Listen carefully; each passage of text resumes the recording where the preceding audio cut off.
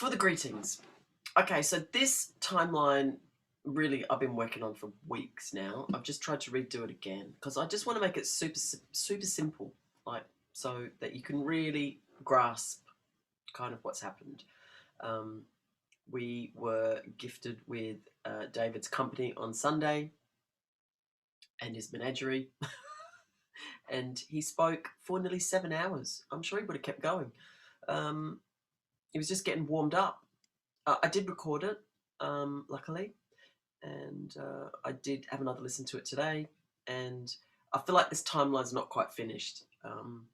So this is the hijacking of this country, and I think the one thing I want you to really take home is that they have been privately trading in this country, this landmass known as Australia, since 1844. I don't think they really wanted the Crown to know really what they were doing.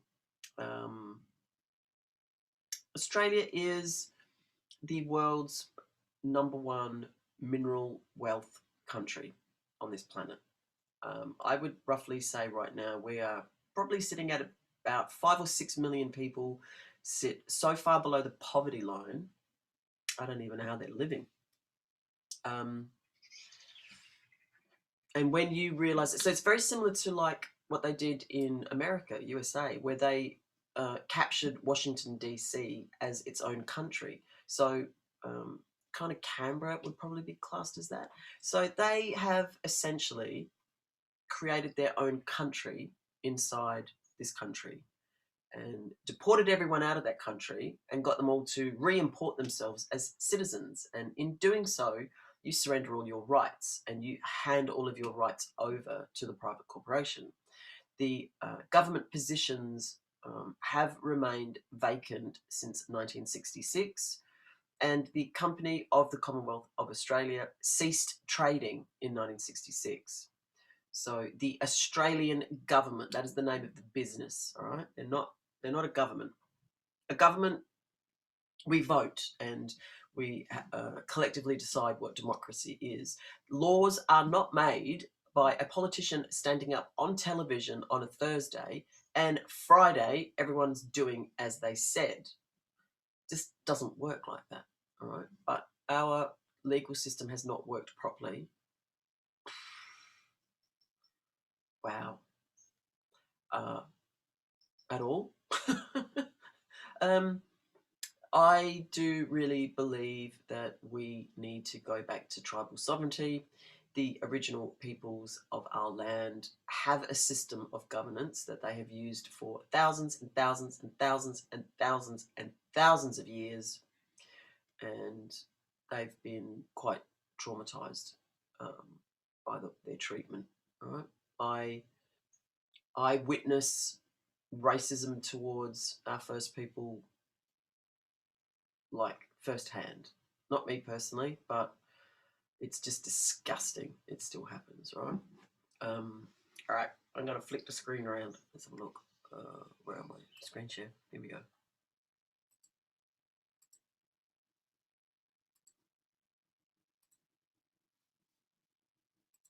Okay, so this is what it looks like on the wall in the other room.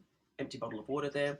I was just trying to do it in 3 parts. So this middle part is kind of where it's all going on. The left part is really kind of, you know, where we want to be, and the right part is, and I should have really done that back around the other way because the right side is the honourable side, but that's neither here nor there. So, okay, so, oh no, let's go to the middle one first. Alrighty, just get this lined up nice and big.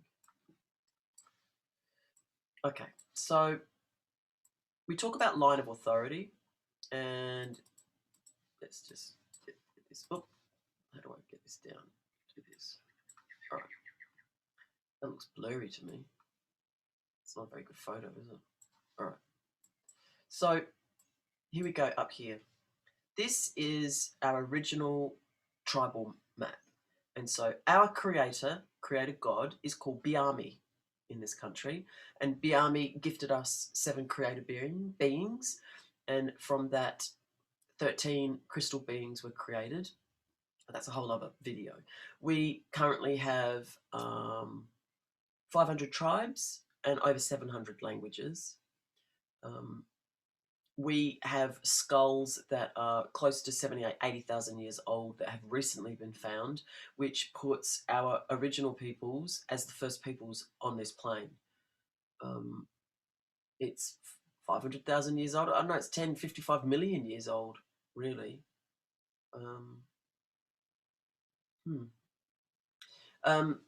Now, this land was never ceded. There was no treaty written. And so, you know, they declared it as terra nullius in 1835 so that they could go back to the Crown and go, oh, yeah, there's no one there. Yeah, but yeah, we can, oh, okay, cool. Okay, Lord Howe, Norfolk Island, yeah, cool. That was overturned by Mabo back to Terra Australis. Now, New Zealand was also joined to Australia until 1841. 1868, the Treaty of Waitangi, but the Declaration of Independence was written in 1835, and you want to look at the Maori version, translated into English, not the English version. That is a really solid document, and we were still joined at that point. Treaty of Waitangi just distracted everyone.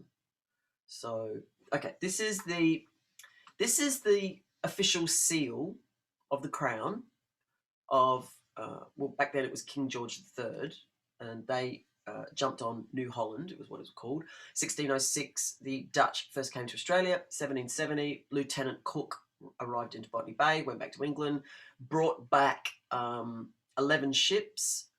9 were transport ships, 2 were warships. It's called the First Fleet, and they settled a colony. And they continued to do that until about 1840, where they stopped sending convicts, but they started sending free settlers around 1815. So it was pretty busy. By 1850, gold was discovered, and it was rip-roaring trade. Now, Queen Victoria was quite a clever little thing. I actually can't see this very well. The grade of the image is not very good. All right, so Queen Victoria. Now, in 1850, the Australian Colonies Government Act was created. So they settled in New South Wales first. So it was the first municipal council, 1842. There was between 5 and 7 members of the legislative body of New South Wales. It was established under the Wastelands Act of 1855. But as I say, they were trading privately from 1844, which was like the rum trade. And I love these little maps here. So I was looking at these. So it was called New Holland to start with, and they divided it in half, and they called this little yellow bit over here New Wales, right? And they sort of divided it. And then South Australia was a private sort of 1834, the Foundation Act. They didn't want any money from the Crown. They were going to do it like independently. I believe Jeremy Bentham started that. And they, under the Wastelands Act, they started to partition parcels of land out. So South Australia was quite early, 1834, 1836, around there. They called it New South Wales. And then they readjusted it all, called the yellow bit New South Wales, and they called that South Australia. They also then divided it up and called the top half North Australia. So it was a little while before they sort of started petitioning it all around, which I find kind of really interesting. So New South Wales and then Tasmania. Tasmania by 1803 was called Van Diemen's Land. South Australia, 1834, the Foundation Act. 1836, the Constitution Act. And then from there, it was divided. Western Australia, 1829. Then they divided Victoria, Northern Territory, Queensland up. 1848 for Northern Territory. 1824, Moreton Bay for Queensland, which is Brisbane. 1867 Constitution. Each state has its own constitution. So 6 colonies, no name. All of the colonies were in competition with each other. And I believe they called for federation to remove the powers from the states. So Queen Victoria in 1855 claimed the root title seal to the land of the states, owning all the gold, the petroleum, and the gas. Because she wasn't physically here, she called for a governor general who she trusted to represent her in this country and hold what's called letters patent. And letters patent decides who the judges are. You know, Australia is the #1 mineral wealth in gold, iron ore, lead, nickel, rutile, uranium, zinc, zircon, coal, gas, lithium, aluminite, zircon, rutile, bauxite, cobalt, copper. I can't even read that. Neobium, tantalum. Nope, can't read it. Sand, gravel, gypsum, iron ore, uranium, zinc, diamond. I mean, some of the numbers coming in of the amount of money that they earn. Gold. South Australia has got one of the #1 gold mines in the world. Iron ore alone is 60 billion a year. Coal, 61 billion. Gas, 40 billion. But yet, you know, we've got more people living below the poverty line than you know what to do with. We've got more money cut from services. We've had gymnastics cut. We've had theatre cut. We've had arts cut. Yeah. It's like boiled frog syndrome, you know, like when you stick a frog in cold water and heat it up. Now, I believe that people did not vote this company in. So the Commonwealth of Australia, with the Queen, Elizabeth, as CEO, began trading in 1901. So the Commonwealth of Australia, Federation was called in 1900, Constitution was written UK. They made 116 changes and 114 deletions and created the 1901 Commonwealth of Australia Constitution. It has a memorandum of understanding, so the first 9 paragraphs are for the people, and the rest of that constitution is for them to stay in line, which would work in a normal world if they hadn't like completely hijacked this country and shelled out the company and created their own corporation. Now, this is our royal seal of Australia. Yes, there's a kangaroo. Yes, there's an emu. It's a bit fancy, right? So keep an eye on that. That's what it looks like there as well. Now, by 1908, which was after World War One, we were occupied. The White Fleet sailed into Sydney and put their flag down, the St. Edward's flag, which is a Vatican flag. And we have been occupied since then. But you see, back then they didn't have the internet, so people didn't find out so fast, did they? So this is the Admiralty flag, and this is the naval flag, the white one, and the blue one is the corporate flag. Now, this is an imperial Christian crown, and this is a St. Edward's Catholic crown. They're pretty close, right? Now, if you look at the police services of our country, they sport a St. Edward's Catholic crown. They don't realise that they are under these people, which is under the Wastelands Act. They think they've sworn allegiance to this crown up here. In actual fact, they've sworn allegiance to another crown. All right, they've all been tricked. So all of the military, all of the police, everyone, they've all been tricked, completely cuckolded, hoodwinked. All right, so they called for federation so they could have federal jurisdiction, global trade and commerce. Now, the Federal Postal Court is the highest in commerce. Now, the Royal Styles and Titles Act holds the royal seal. Queen Elizabeth has her name attached to that. That is connected to this. Okay, line of authority. Now, the bankruptcy of the corporation over here ended in 2018. They owe $7.7 trillion in debt. Let's go to this other one because let me go here.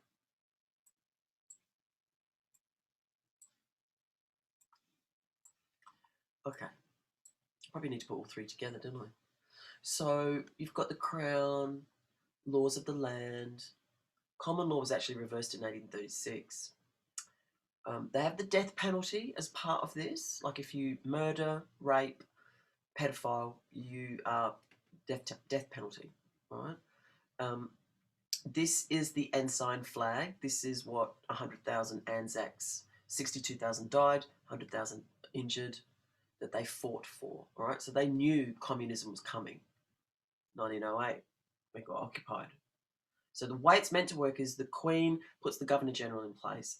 They have letters patent, and letters patent decide the judges, and then you have an Executive Council, a Legislative Assembly, and the House of Representatives, not House of Representatives.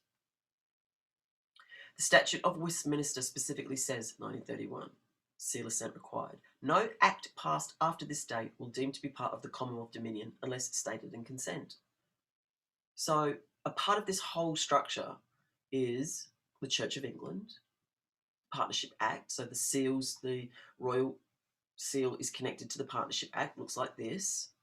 King James Bible, 1611, that's where the laws come from. Human rights. There's no legislation that refers to a living man or woman. Right? We go back to basic land law. Do no harm, maintain your contracts, those kinds of things. No law has the right or power to remove our human rights. And your human rights are privacy, safety of life, to face your accusers, food, water, shelter, warmth. You have the freedom of speech, of movement, of assembly, of belief. Right? They are impinging and encroaching on our human rights and our human freedoms. The subject has peaceful enjoyment of rights, of property, and the freedom of the subject from illegal detention, duress, punishment, taxation. It's contained in the 4 great charters or statutes which regulate the relations between the Crown and the people. We are the people. The Crown holds the seals to the land of each state. When they created Federation and the Commonwealth doesn't hold a seal to the land. This is why we must go back to our constitutions of our states, because that is where the line of authority is. Now, we do have the Bill of Rights, 1688. We have Petition of Rights, 1627, which is a constitution that you have the right to petition, which is what David's done. So that currently sits on the King's Bench. It also dates back to the Act of Settlement. Act of Settlement is to do with law of the land, human rights, and any laws that are then changed are under the flag. So we do have Geneva Convention 1949, and we have the Hague Article 4 1980. All right. I didn't do much on that one, did I? So over on in the naughty corner,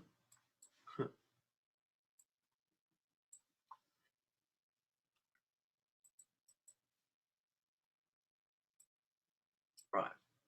So 1844, Constitution running private business. So, okay, we go back to 1689. Rule of law means that you must consent to the legislation, right? So you must deeply understand that nothing happens to you without your consent, right? And that happens in law and it happens in life. So if something terrible has happened to you and you're traumatized by it, you must accept at least 50% for being in that situation to start with, all right? And then you must forgive yourself for what happened, heal it, and move on. So that also applies to laws. You must consent to the legislation. There is legal versus lawful. There is the colour of law and the rule of law, all right? So they're colouring law. Colouring law is legislation, statutes, acts, regulations, directives, rules, all right? Words like mandatory, required, mandated, requested, ordered, ordinance, decree, compulsory are not law, okay? Now, this blue flag that everyone thinks is the Australian flag is the flag of the enemy, right? It is the occupiers. Now, they didn't put that flag up in 1908 when they first got here. They waited, all right? This has all been very much by design. 1953, Robert Menzies started flying that flag when Parliament was sitting. So he'd fly it up when they were sitting and he'd bring it back down again. And they just started getting used to it. And after a while, they started flying it a bit more. So by 1966, when all of the heads of state under the Crown resigned from their government positions and signed private contracts with the Liberal Party, right, a political party. Those positions have remained open since then, the 14th of February 1966. The Commonwealth ceased trading in 1966. All right, the corporation, the Commonwealth of Australia, a sovereign, independent federal nation, which was, promulgated, designed by Hawke, Keating, Fraser, and Button, right, to create a fictitious Queen of Australia. They rewrote the Royal Stars and Titles Acts of 1973. Now, when she came out for the second time to visit, she did not sign that document. She could not agree to it, right? She knew what was going on. So, Royal Stars and Titles Act 1973, Hawke holds that seal. There is no crown involved and no constitutional authority. The courts are quorum, meaning they're not real. The Anglican Church is in place of the Church of England, and E.G. Whitlam, who created it, is an abstract entity. Now, they basically defaced the seal. Now, have a look at this. Where is it? Here we go. I'll line it up. So, that is the original seal there. This is the one that they created. That's a private seal. It's sort of close. I mean, you've got a kangaroo, you've got an emu. All right, it's close. All right. Let me make this a little bit.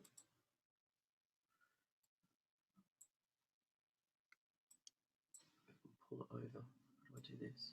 Nope, that didn't work. Put this on top. All right. I don't know if you can see. That is the seal of the court. And they defaced it and created that one. So this private seal still sits in a glass box in the High Court. Same with this seal. These people here,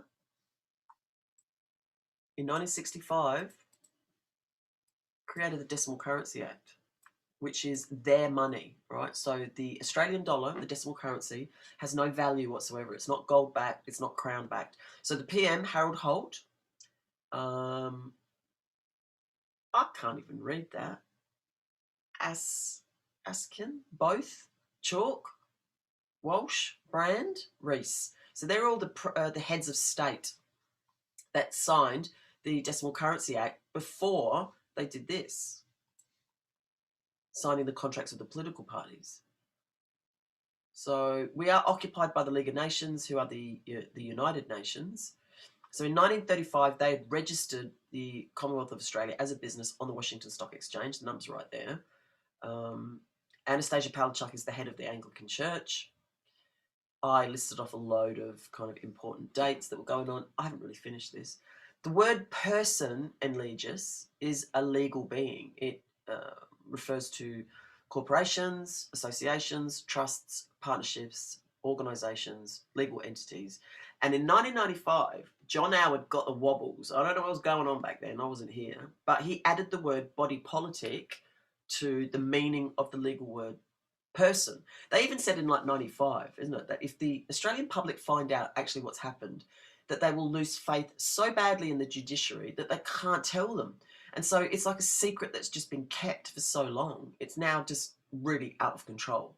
So under the Submerged Lands Act of 1953, so you've got the Citizenship Act of 1948, the Submerged Land Act of 1953 is where they captured the water beyond the 200-metre mark around Australia, deported everyone, and then re-imported them as citizens. So there was a lot of funky things going on back then. 1965, okay, our first peoples had the right to vote, even though 1894 female vote was brought in. 1963, Maralinga. So that's South Australia. We've got 110 barrels of plutonium or something. They did all these bomb testing out on Maralinga. It's still toxic out there. And Menzies lied to Parliament, said, oh yeah, no, it's nothing to worry about. No, there's no harm here. 1967, Harold Holt went to the Western Australian military base. I think he started asking questions. They killed him. He went missing off the coast of Victoria. 1970, we've got Pine Gap. 1972, Whitlam, setting all these things up. We have a duplicate government created in 1973. The Unidroit Treaty was signed by Whitlam, which is basically handing over all of the mineral wealth of Australia over to the Vatican. Like all of it, gas, energy, the whole lot. In 1973, Kerr sacks Whitlam, which would have been awkward because Kerr was actually sleeping with Whitlam at the time. And then all these letters of Kerr's has come out between him and the Queen.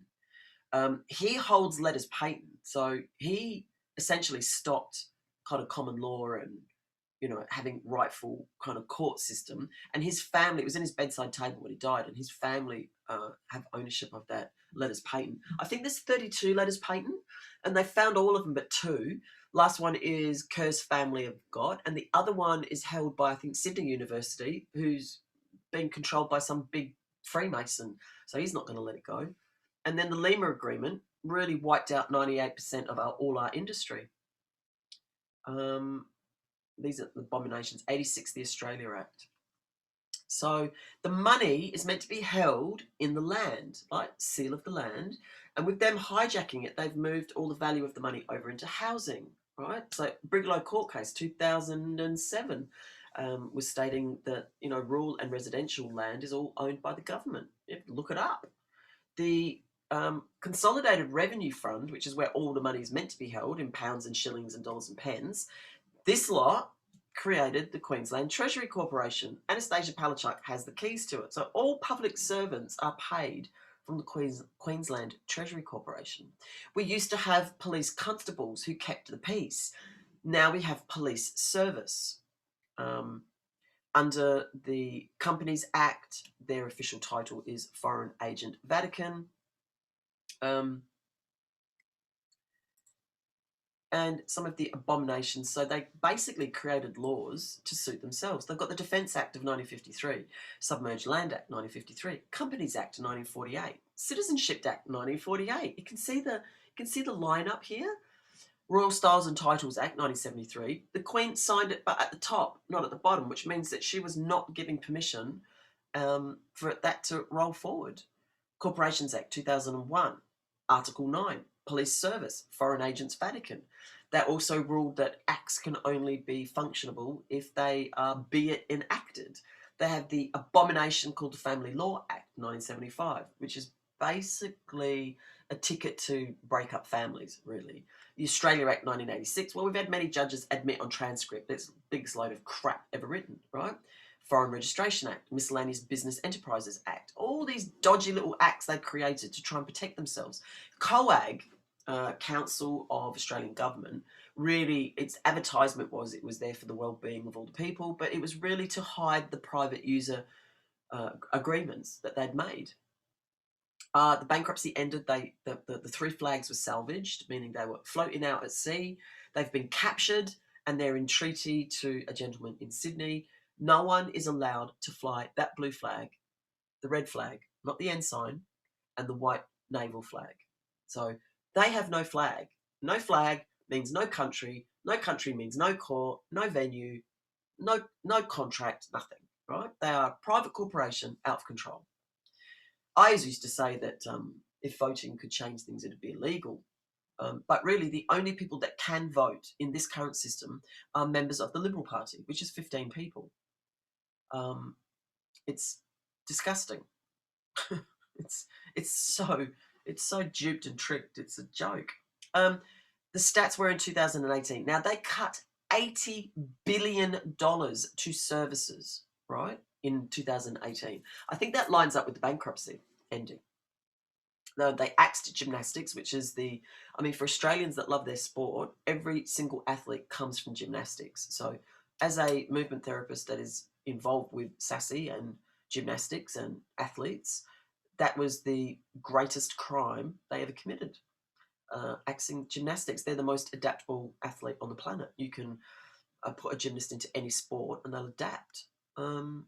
We've got the second highest rate of suicide in the world. Now that has been the case for the last 20 years.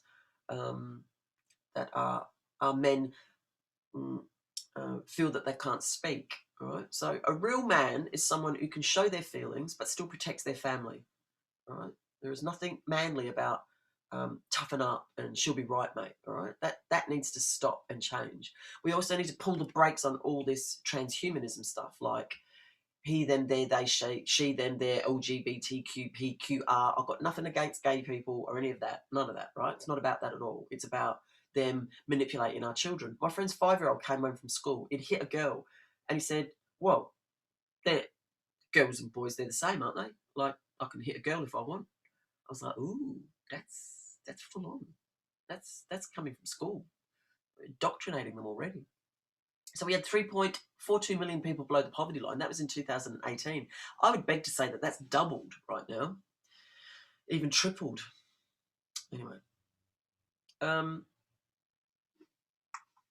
yeah. So the David Walter document actually pops you over here under the Partnership Act. It states that you are a subject, that you are aware of what they've done, and you are not under the Wastelands Act, and you do not come under their private statutes and legislation. All right. So this document has been to the High Court and been flagged as being successful.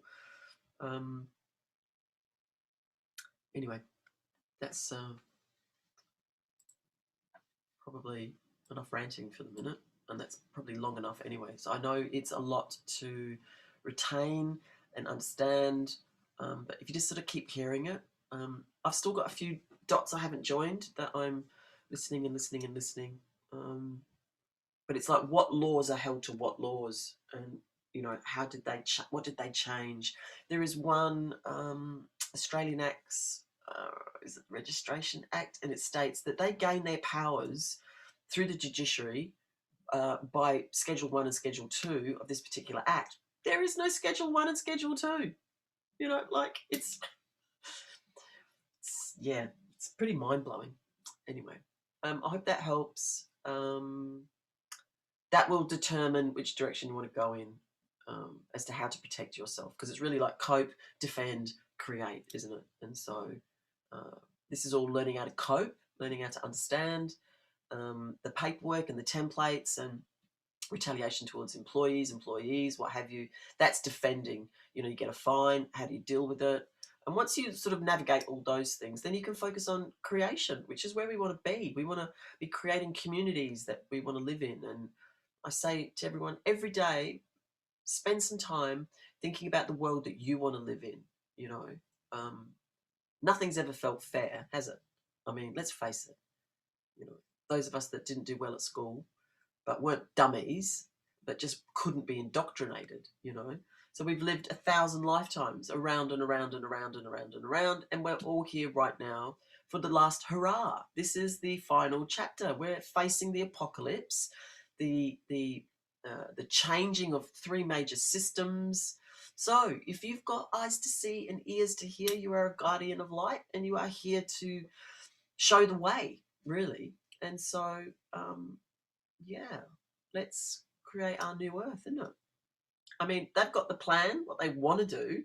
Doesn't mean it's going to happen, all right? We've got fail-safe kicked in 2011, and this is part of it. So vibrate high, keep learning, keep navigating, and take each day as it comes. Just try and be in the now, isn't it? Anyway, go well. I will speak to you soon.